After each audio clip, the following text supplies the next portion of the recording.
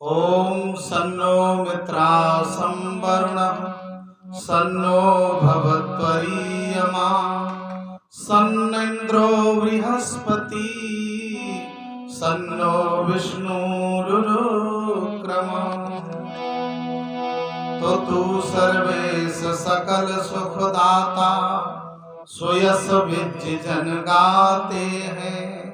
तेरी चरण शरण में आकर भव सागर तर जाते हैं। जपना तुझको जीवन है और मरण तुझे बिसराने में। मेरी सारी शक्ति लगे प्रभु तुझसे लगन लगाने में।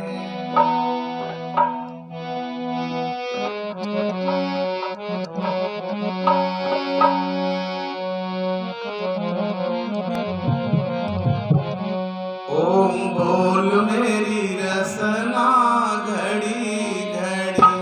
ओम बोल मेरी रसना घड़ी घड़ी।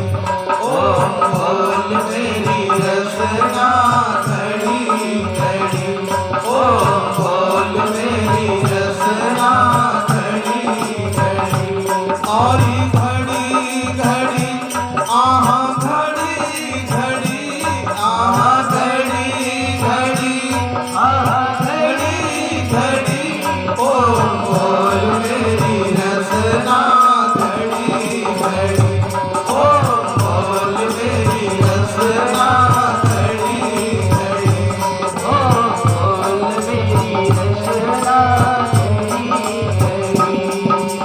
ओम नाम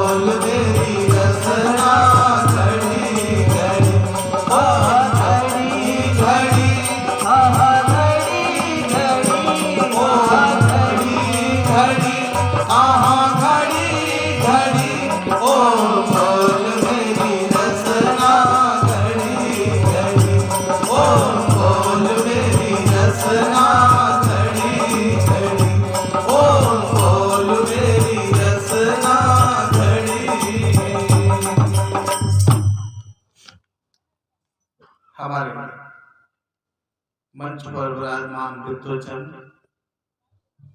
मंच संचालन कर रहे शास्त्री जी, वाह, दूर दराज से आए हुए धर्म प्रेमी सज्जनों, आदर के योग्य बुजुर्गों, प्यार करने योग्य बच्चों, सीता, अनुसुईया, अपाला, गार्गी, दमयंती, किरणमयी, पद्मावती के समान इस सुमात्र भूमि पर पलने योग्य वंदनीय मातृशक्ति, बड़े परम सौभाग्य की बात। और मैं नित्य कहता हूँ कि सौभाग्य नहीं है, हजार भाग्य, और हजार भाग्य नहीं बल्कि लाख भाग्य है जो ये वेद कथा का कार्यक्रम चल रहा है। वैसे हमारे ऋषियों ने यहाँ तक कहा कि एक शब्द काफी है जिंदगी बनाने के लिए, एक शब्द काफी है जिंदगी बनाने के लिए, और एक भूल काफी है जिंदगी रुलाने के लिए। अगर जीवन में एक अच्छा शब्द अगर हमें मिल जाए और हम उस रास्ते पर चलें तो हमारे जीवन का कल्याण हो जाए, और यदि एक बुराई जीवन में पनप जाए तो पूरे जीवन को ध्वस्त कर देती है। और ये जो कार्यक्रम है 3 दिवसीय, आज जिसका दूसरा दिन है, कल का और शेष है। अगर 3 दिन में एक बात भी किसी ने अच्छी अपने जीवन में उतार ली, 4 दिन का है, अच्छा 4 दिवसीय है, हाँ, तो 4 दिन में अगर एक बात भी किसी के जीवन में अच्छी उतर गई तो जीवन जीवन बन जाएगा। और वैसे हमारे ऋषियों ने तो यहाँ तक कहा ये मनुष्य जीवन नहीं है, मनुष्य जीवन एक जीना है। जीना तो सभी लोग जानते होंगे, देखा है क्या? जीना देखा है? हाँ, जीना कैसा होता है? जीना छत, हाँ बच्चा बता रहा है, छत पे जाने वाला। मनुष्य जीवन भी एक जीना है। अगर आपको जीने पर चढ़ना आ गया, जैसे जीने पर चढ़ना आ गया, 1 मंजिल 2 मंजिल 10 मंजिल चले जाओ और ऊपर जाकर के बड़ी दूर दूर तक देख लो, तो मनुष्य जीवन जीवन नहीं एक जीना है। और प्यारे, अगर जीने से पैर फिसल गया तो जीने में कहीं ब्रेकर नहीं होता है, तो हड्डी पसली फिर चूर चूर हो जाएगी। तमाम के पैर फिसल गए, किसके नाम लिए जाएं? अनेकों सलाखों के अंदर बंद पड़े हैं, क्या एक आसाराम जिनके पैर फिसल गए तो हड्डी पसली चूर चूर है, जीवन बेकार हो गया। तो कहने का मतलब मनुष्य जीवन एक जीवन जीना है, और जिन्हें जीना आ गया, जिन्हें जीने पर चढ़ना आ गया, वो जीवन की यात्रा पूरी करके और बड़े आनंद में अपने जीवन को व्यतीत करते हैं। वैसे इस दुनिया में ऋषि तो अनेकों हुए। वैसे बताते हैं आज तक इस सृष्टि पर 4 ब्रह्मचारी हुए। वैसे कोई कह दे अपने को कि हम ब्रह्मचारी हैं, चलो मान लेते हैं थोड़ी देर के लिए, लेकिन मुख्य 4 ब्रह्मचारी इस पृथ्वी पर हुए, जिनमें पहला ब्रह्मचारी कौन है? पहले ब्रह्मचारी हैं परशुराम, और दूसरे हनुमान जी, और तीसरे पितामह, और चौथे ऋषि दयानंद। बताया कि परशुराम हुए ब्रह्मचारी निज स्वाभिमान जताने को, उन्होंने अपनी ताकत दिखाई कि ब्रह्मचर्य में कितनी ताकत होती है, तमाम क्षत्रियों को परास्त कर दिया। परशुराम हुए ब्रह्मचारी निज स्वाभिमान जताने को, और हनुमान जी हुए ब्रह्मचारी अपने इष्ट के रिझाने को, वो राम को खुश करने में अपना जीवन लगा दिया। और पितामह हुए ब्रह्मचारी पिता के सुख पहुंचाने को, उन्होंने कहा हम आजन्म ब्रह्मचर्य का पालन करेंगे, और अपने पिता का विवाह कराया। तो पितामह हुए ब्रह्मचारी पिता के सुख पहुंचाने को, और ईश्वर देव दयानंद हुए ब्रह्मचारी मानव के कष्टों मिटाने को। बजाइए ताली। ऋषि दयानंद ने आकर के इस देश की दुनिया को देखा, यहाँ का मनुष्य बड़े पाखंडों में फंसा है, यहाँ की जनता बड़ी परेशान है, और नारी जाति की बड़ी निंदा, बड़ा अपमान, बड़े कष्ट सहन करने पड़ रहे हैं। ओहो, ऋषि दयानंद इस दुनिया को देख करके रो पड़े। और जब ब्रजानंद ने कहा दयानंद तुम्हें दुनिया का कष्ट मिटाना है, और आज देश पाखंड में फंसा है, इस पाखंड को मिटाना है, अपने जीवन को इसमें लगाइए। और ऋषि दयानंद आज वेद प्रचार के लिए, धर्म प्रचार के लिए देश में निकल पड़े, और जिन्होंने सारी दुनिया को जगाया। और बताते हैं कवि ने एक बड़ा प्यारा गीत लिखा है, आज तक इस सृष्टि पर जितने ऋषि हुए हैं, कभी लिख रहा है क्या कि सारी दुनिया को देखा है हमने, सारी दुनिया को देखा है हमने, कोई नजरों में जचता नहीं है। सारी दुनिया को देखा है हमने, कोई नजरों में जचता नहीं है। सारी दुनिया को देखा है हमने, कोई नजरों में जचता नहीं है। सारी दुनिया को देखा है हमने, सारी दुनिया को देखा है हमने, कोई नजरों में जचता नहीं है, नहीं है, कोई नजरों में जचता नहीं है, कोई नजरों में जचता नहीं है। एक दयानंद ही ऐसा मिला है, एक दयानंद ही ऐसा मिला है, जिसके जीवन में धब्बा नहीं है। एक दयानंद ही ऐसा मिला है, जिसके जीवन में धब्बा नहीं है। सारी दुनिया को देखा है हमने, कोई नजरों में जचता नहीं है। और बताया, इसने आर्य समाज चलाई, सोती भारत की जनता जगाई, जगाई, सोती भारत की जनता जगाई, जगाई, सोती भारत की जनता जगाई, सोती भारत की जनता जगाई। आजादी की महिमा बताई, आजादी की महिमा बताई, आर्य बंधन में रहता नहीं है। आजादी की महिमा बताई, आर्य बंधन में रहता नहीं है। सारी दुनिया को देखा है हमने, कोई नजरों में जचता नहीं है। सारी दुनिया को देखा है हमने। और बताया, जब वो निकला था घर से अकेला, संग में पैसा न चेली न चेला, पैसा न चेली न चेला, संग में पैसा न चेली न चेला, उसका ईश्वर ही था एक सहेला, उसका ईश्वर ही था एक सहेला, कभी जालिम से डरता नहीं है। उसका ईश्वर ही था एक सहेला, कभी जालिम से डरता नहीं है। सारी दुनिया को देखा है हमने, कोई नजरों में जचता नहीं है। सारी दुनिया को देखा है हमने, कोई नजरों में जचता नहीं है। बताया, ऋषिवर जब घर से निकले, कोई चेली चेला नहीं फंसा।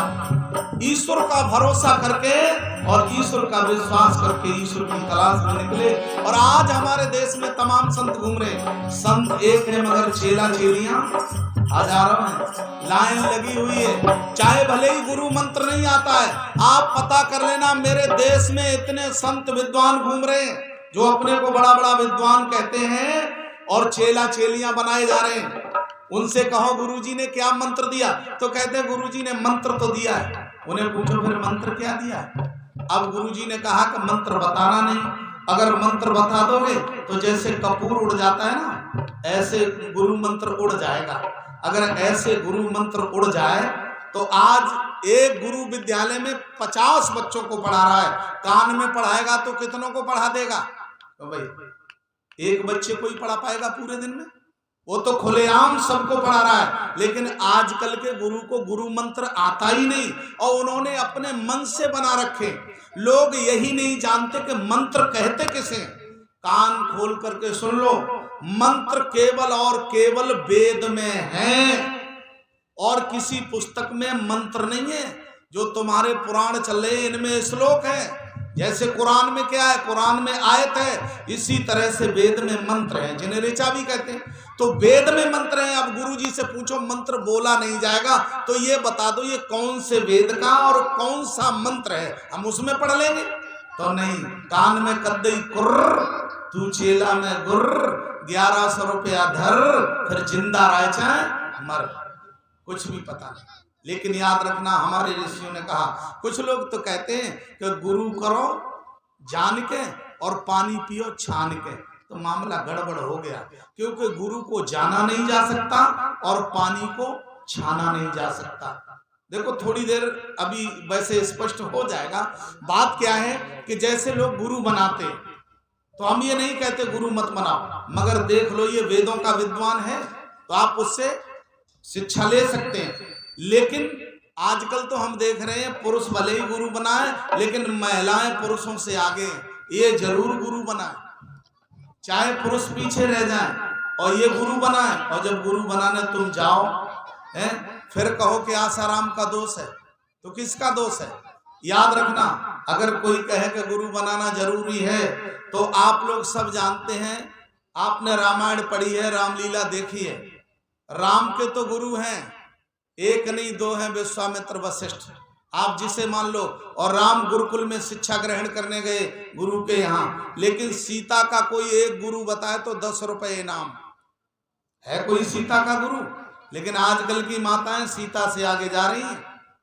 अच्छा, कृष्ण के भी गुरु हैं, वो सांदीपन के यहाँ गुरुकुल में गए, लेकिन रुक्मणी का कोई गुरु बताए तो है कोई गुरु? एक बात याद आ गई तो बता दें। जिस समय राम का वनवास हुआ और राम जिस समय अनुसुईया के आश्रम पर सीता को लेकर गए और आश्रम पर पहुंचे, हाथ जोड़ करके नमस्ते किया, बड़े प्रेम से अनुसुईया ने बिठाया। राम ने कहा, माता जी ये हमारी देवी जी को भी कुछ वेद का उपदेश कर दो। अनुसुईया कहने लगी, कोई उपदेश करने की जरूरत नहीं है, पति पत्नी साथ में है, लेकिन सीते हम एक बात कहेंगे। और एक लाइन सुन लीजिए, क्या कहा कि सीख सीता को अनुसुईया देने लगी, सीख सीता को अनुसुईया देने लगी, पैदा होती है पत्नी पति के लिए, सीख सीता को अनुसुईया देने लगी, पैदा होती है पत्नी पति के लिए, सीख सीता को अनुसुईया देने लगी, पैदा होती है पत्नी पति के लिए, सीख सीता को अनुसुईया देने लगी, पैदा होती है पत्नी पति के लिए, पैदा होती है पत्नी पति के लिए, पैदा होती है पत्नी पति के लिए, सीख सीता को अनुसुईया देने लगी, सीख सीता को अनुसुईया देने लगी, पैदा होती है पत्नी पति के लिए, पैदा होती है पत्नी पति के लिए, पैदा होती है पत्नी पति के लिए। अनुसुईया ने सीता को समझाया, सीते ये जंगल है, यहाँ बड़े बड़े ढोंगी और पाखंडी घूम रहे हैं, किसी के जाल में फंसने की जरूरत नहीं है।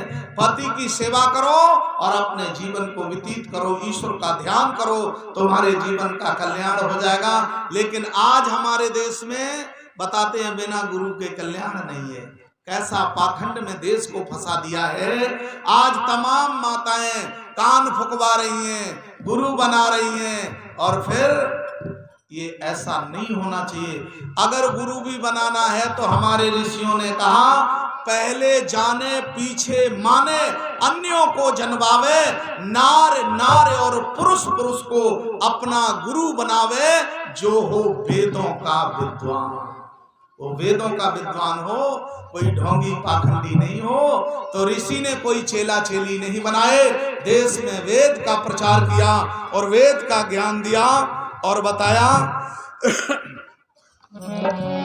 सारी दुनिया को देखा है हमने, कोई नजरों में जचता नहीं है। सारी दुनिया को देखा है हमने, कोई नजरों में जचता नहीं है। दयानंद ही ऐसा मिला है जिसके जीवन में धब्बा नहीं है। दयानंद ही ऐसा मिला है जिसके जीवन में धब्बा नहीं है।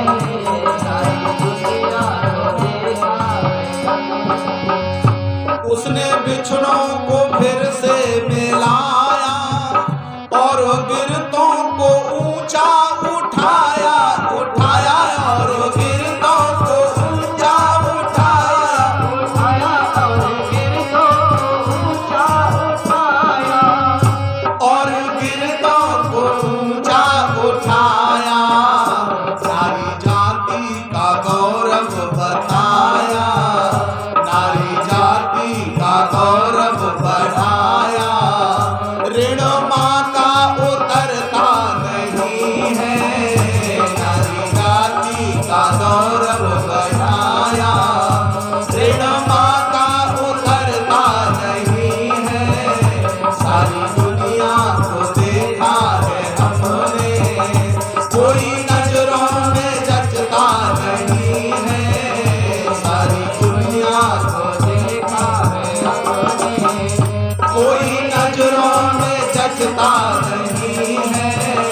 चांद के मुंह पे धब्बा है लेकिन, चांद के मुंह पे धब्बा है लेकिन, जिसके जीवन में धब्बा नहीं है। चांद के मुंह पे धब्बा है लेकिन, जिसके जीवन में धब्बा नहीं है। सारी दुनिया को देखा है हमने, कोई नजरों में जचता नहीं है। सारी दुनिया को देखा है हमने, कोई नजरों में जचता नहीं है। कोई नजरों में जचता नहीं है। बताते हैं ऋषि ने बिछड़ों को आगे बढ़ाने की कोशिश की और बिछड़ों को फिर से मिलाया, नारी जाति का गौरव बढ़ाया। ऋण माँ का उतरता नहीं है। हमारे देश में कहा जाता था स्त्री शूद्रो न धियताम, स्त्री और शूद्र को वेद पढ़ने का अधिकार नहीं है, लेकिन ऐसा बिल्कुल गलत। मानव मात्र को वेद पढ़ने पढ़ाने का सबको अधिकार है। नारी का गौरव बढ़ाया, लेकिन करे क्या? आज की नारियां पढ़ लिख करके ग्रेजुएट होकर के, आहा, बताया था हमारे क्या नाम महाशय जी कल प्रवचन में बता रहे थे, बड़ा सुंदर आचार्य जी बता रहे थे कि साक्षर और शिक्षित, साक्षर तो राक्षस हो गया। बिल्कुल वो सही कह रहे हैं, साक्षर बिल्कुल राक्षस हो गया। आपने देखा होगा, रामायण तो खूब देखते होंगे, अभी रामलीला चला है, लेकिन उससे भी शिक्षा लो, जीवन का कल्याण हो जाए। लेकिन रामायण से भी तो आप शिक्षा नहीं लेते। राम जी का जब वनवास हुआ और रावण की बहन आती है जिसका नाम क्या है, शूर्पणखा, वो आकर के राम जी को देखती है और क्या कहती है, बाबा जी ने मानस में लिखा है, क्या लिखा, और तुम सम पुरुष नमो सम नारी, सम पुरुष नमो सम नारी, या संयोग विधि रचा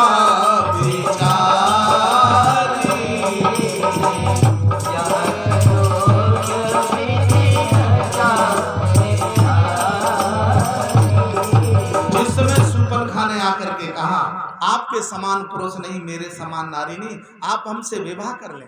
राम जी बड़ा सुंदर उत्तर देते हैं, क्या मर्यादाएं थी मेरे देश की। राम जी कहते हैं कि ऐ निश्चर हम यह आज्ञा पालन कर सकते कभी नहीं। हम आर्य पुरुष हैं, आर्य धर्म खंडन कर सकते कभी नहीं।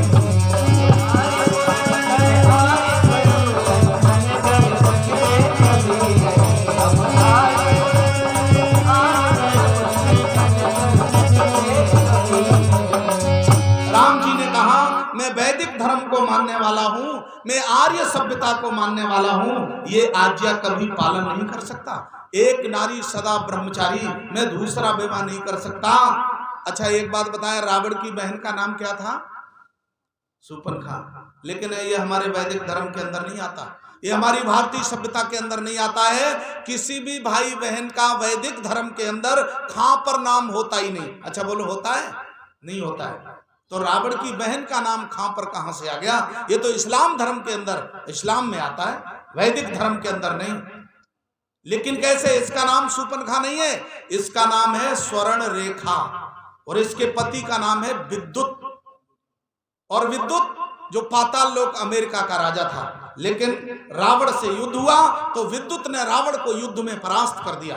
तो जब रावण युद्ध में परास्त हो गया, रावण बड़ा अहंकारी, इसने सोचा अगर विद्युत को परास्त नहीं किया तो मेरा नाम रावण नहीं, और इसने छल करके विद्युत को युद्ध में मार दिया।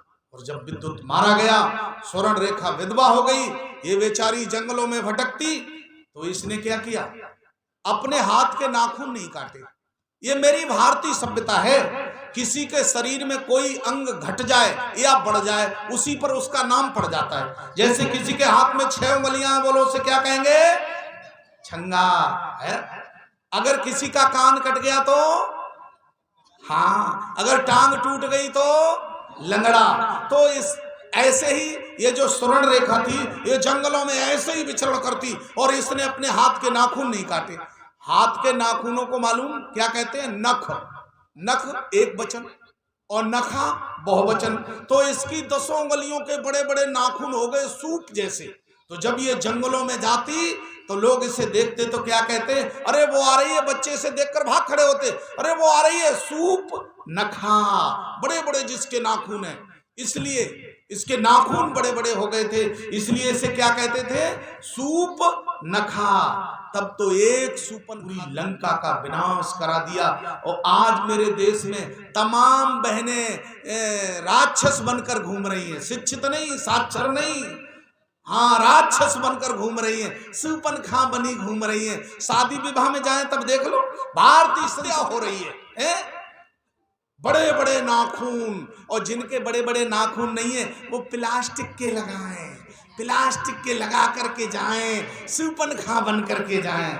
ये शूर्पणखा का देश नहीं है, ये सीता सावित्री का देश है, ये राधा रुक्मणी का देश है। यहाँ शूर्पणखा की कोई एंट्री नहीं। इसलिए कान खोल करके सुन लो, तुम सीता सावित्री बनो, राधा रुक्मणी बनो, लेकिन शूर्पणखा मत बनो। अच्छा जोर से बोलेंगे, जिसके हाथ के बड़े बड़े नाखून है वो कौन है? हाँ तो जोर से बोलो ना, जिसके हाथ के बड़े बड़े नाखून है वो कौन है? हम नहीं कह रहे, सावधान रहना। हाँ ये सबकी आवाज है, याद रखिए। इसलिए हाथ की उंगलियों के नाखून बड़े बड़े नहीं होना चाहिए। कान खोलकर सुन लो, 2 लोग कभी विश्वास के पात्र नहीं हो सकते। वो कौन है? एक तो बड़े बड़े सींग वाला, कभी भरोसा मत करना, बड़े बड़े सींग वालों का कभी विश्वास मत करना, ये विश्वास पात्र हो ही नहीं सकता। प्यार में भी गर्दन चला दी तो काम हो जाएगा, है ना? अगर आपके बगल में खड़े होकर प्यार से भी सींग हिला दिया, काम कर देगा तुम्हारा। इसका विश्वास मत करना, इससे दूर रहना। पहला तो है बड़े बड़े सींग वाले, और दूसरे बड़े बड़े नाखून वाले, ये कभी विश्वास के पात्र नहीं हो सकते। इनका कभी भरोसा मत करना, और इनके हाथ का भोजन करना तो बड़ी बात है, इनके हाथ का पानी भी नहीं पीना चाहिए। आप लोग कहेंगे क्यों? याद रखना, नाखूनों में कहीं भी मल और गंदगी रुक सकती है, जिससे तुम्हें भयंकर से भयंकर संक्रामक रोग लग सकता है। इसलिए हाथ के नाखून बड़े बड़े नहीं होना चाहिए। ये पहले तो हमारे यहाँ विद्यालयों में ही जब पढ़ने जाते तो हाथ के नाखून जिसके बड़े बड़े होते, उंगलियों में पिटाई होती, लेकिन अब तो विदेशी शिक्षा है, खूब बड़े बड़े करके जाओ, कोई कुछ कहने वाला नहीं है, क्योंकि हमारे देश को बिगाड़ा जा रहा है, हमारी सभ्यता को मिटाया जा रहा है, हमें मिटाने की कोशिश की जा रही है। इसलिए हम आपसे निवेदन करेंगे, कोई भी माताएं बहनें भाई अपने हाथ के बड़े बड़े नाखून न रखें, हम अपनी भारतीय सभ्यता का पालन करें, अपनी मर्यादा में रहें, अपने देश की सभ्यता को सीखें, विदेशी सभ्यताओं को ना सीखें। और समय भी विराम की ओर है, मैं अपनी वाणी को एक लाइन बोलते हुए और विराम दूंगा, और एक लाइन सभी लोग बड़े प्रेम से बोल देंगे। और लहराएगा लहराएगा झंडा प्यारा ओम का, लहराएगा लहराएगा झंडा प्यारा ओम का, लहराएगा लहराएगा झंडा प्यारा ओम का, झंडा प्यारा ओम का, झंडा प्यारा ओम का, झंडा प्यारा ओम का, झंडा प्यारा ओम का, लहराएगा लहराएगा झंडा प्यारा ओम का, लहराएगा लहराएगा झंडा प्यारा ओम का। गाँव गली बाजारों में, गाँव गली बाजारों में, मंदिर की दीवारों में, लहराएगा लहराएगा झंडा प्यारा ओम का, लहराएगा लहराएगा झंडा प्यारा ओम का, लहराएगा लहराएगा झंडा प्यारा ओम का, झंडा प्यारा ओम का, झंडा प्यारा ओम का, झंडा प्यारा ओम। बोले सत्य सनातन वैदिक धर्म की ओम शांति। बहुत बहुत धन्यवाद।